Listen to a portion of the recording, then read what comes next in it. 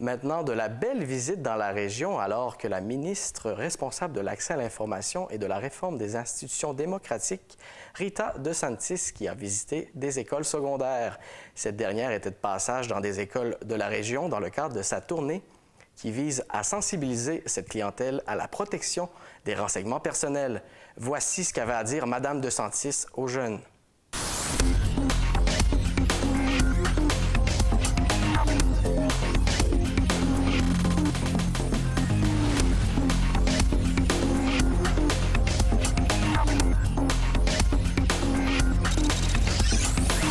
J'aimerais bien que les jeunes soient sensibilisés au fait qu'eux-mêmes sont responsables et maîtres de leur renseignement personnel. On ne peut pas de bonne foi dépendre sur le gouvernement ou sur les autres.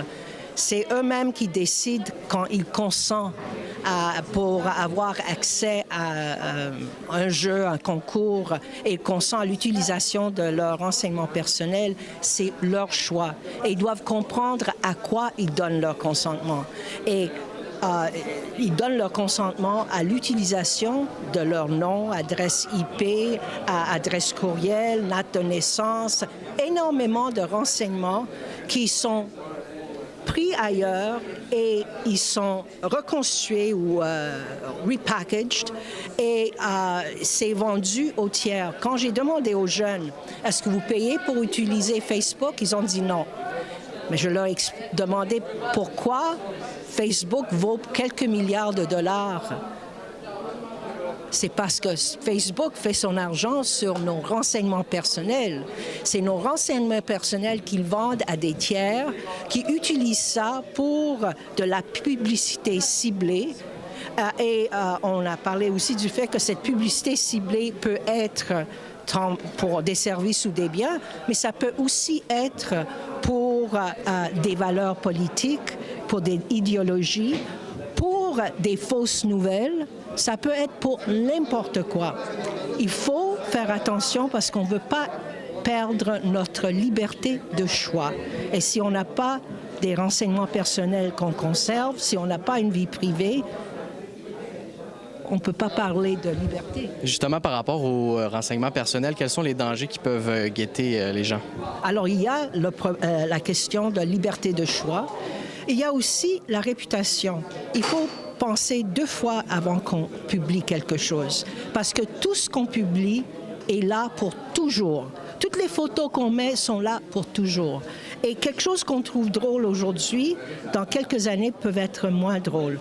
Particulièrement aujourd'hui, les employeurs font toujours une recherche pour voir qu'est-ce qu'il y a sur un employé potentiel. Et s'ils trouvent quelque chose qu'ils n'aiment pas, cette personne ne va pas avoir le poste.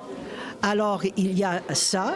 Il y a le fait que les données peuvent être volées. On peut créer une Rita virtuelle, lui faire dire des choses ou faire faire des choses qui ne sont pas Rita et qui peuvent affecter ma réputation. Et il y a aussi le vol d'identité, le fait qu'on peut utiliser les renseignements qu'on donne sur le net pour créer une Rita virtuelle qui va faire une application pour une carte de crédit et ils vont dépenser de l'argent avec cette carte de crédit, mais c'est Rita qui va devoir payer la facture. Alors, il y a liberté, réputation, vol d'identité et tous les 3 sont très importants. Madame Simard, on a présenté cette présentation-là des jeunes du secondaire. Comment vous avez trouvé la présentation de Madame DeSantis? Bien, d'abord dynamique et les jeunes ont posé des questions, donc c'est une excellente nouvelle, la preuve qu'ils étaient attentifs. Je crois certainement que c'est une présentation qui doit faire du chemin au-delà du fait qu'on la présente devant quelques 125 élèves aujourd'hui au Collège des Hauts-Sommets et qu'on l'a fait précédemment à l'École secondaire du Mont-Sainte-Anne. Il faut que les gens en parlent, il faut qu'ils communiquent justement, comme le disait ma collègue, entre amis, s'exprimer ces problématiques-là qu'on peut retrouver sur le web aujourd'hui. Donc, définitivement, une présentation très utile et je sais qu'ils s'en serviront parce que je venais tout juste de voir quelqu'un s'informer comment pouvoir éliminer son historique après une consultation sur Internet. On parle des jeunes, mais c'est des dangers qui guettent tout le monde. Ouais. Il n'y a personne à l'épreuve, évidemment. Je le mentionnais tout à l'heure durant la présentation. Moi-même, l'année passée, j'ai subi un vol d'identité qui s'est s'est bien réglé et qui s'est réglé quand même rapidement. Mais on peut prendre les photos des gens, on peut se créer des profils, on peut très bien s'inventer un personnage complet, donc une nouvelle personne virtuelle et être en communication avec des gens réels. On le voit très souvent, il y a maintenant même une émission qui existe, qui présente des cas comme ça. Alors, il faut être prudent dans toute l'utilisation qu'on en fait et les conseils qui sont très précieux de ma collègue aujourd'hui sauront faire en sorte, je l'espère, et les dépliants également, parce qu'on a laissé du matériel, faire en sorte de faire une différence. Mais justement, si on est victime de fraude ou de vol d'identité, est-ce qu'il y a des mesures ou des trucs qu'on peut prendre pour se protéger de ça? Pour se protéger, d'abord, il faut s'assurer que notre ordinateur, notre téléphone intelligent, notre tablette a des antivirus qui sont fiables. Okay? On ne se pose pas la question, il faut l'avoir. Deuxièmement, il faut s'assurer que les mots de passe qu'on utilise soient complexes, qu'il y a plus qu'un mot de passe, parce que si on utilise différents réseaux sociaux et différentes applications, si on perd un mot de passe, c'est volé, on peut avoir accès à énormément de renseignements. Mais si on a plusieurs, ça va nous soulager un tout petit peu. Il faut aussi se rappeler que quand on utilise un ordinateur public, il faudrait éliminer l'historique de ce qu'on a fait sur l'ordinateur. Donc, on va à outils, navigation, et on efface notre historique. C'est élémentaire. On a plusieurs d'autres choses dont on peut parler. On peut parler aussi des paramètres de confidentialité sur Facebook. Oui, les paramètres de confidentialité, le choix d'amis, etc. On peut parler aussi de la géolocalisation. Est-ce que c'est nécessaire qu'on l'a activé 24 heures sur 24, qu'on ne l'utilise pas? Est-ce qu'on veut vraiment qu'on sait où on est 24 heures par jour? Poser la question, c'est un peu y répondre, hein? Exactement. Mais ce que je veux dire aussi, c'est que maintenant, je parle des choses dont il faut être prudent. Mais le net, c'est un outil qui est très valable, qui peut rendre notre vie beaucoup plus facile, qui peut rendre le travail beaucoup plus efficace.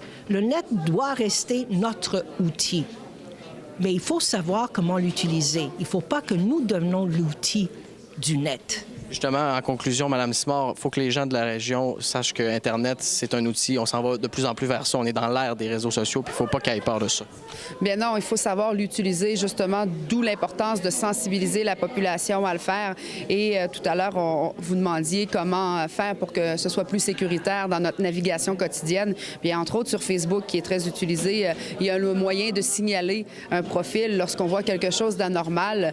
Et je dis toujours aux gens, questionnez-vous lorsque vous voyez qu'une personne vous demande d'être son amie, c'est marqué, c'est une personne veuve, elle vient de l'étranger, elle a 2 amis. Acceptez pas ce type de personnes-là nécessairement parce que souvent, ce sont les faux profils qui sont facilement décelables.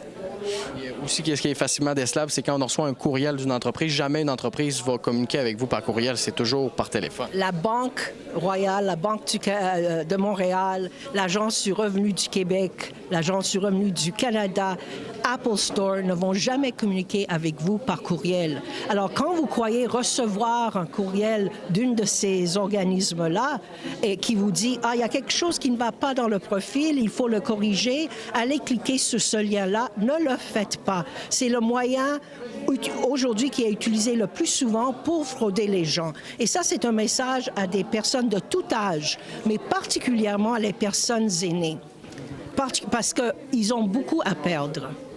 C'était très intéressant. On aurait pu en parler encore très longuement. Je vous remercie du temps que vous nous avez consacré. Merci à vous. Merci de nous avoir donné l'opportunité de passer ce message au public. Merci. Un plaisir. Merci.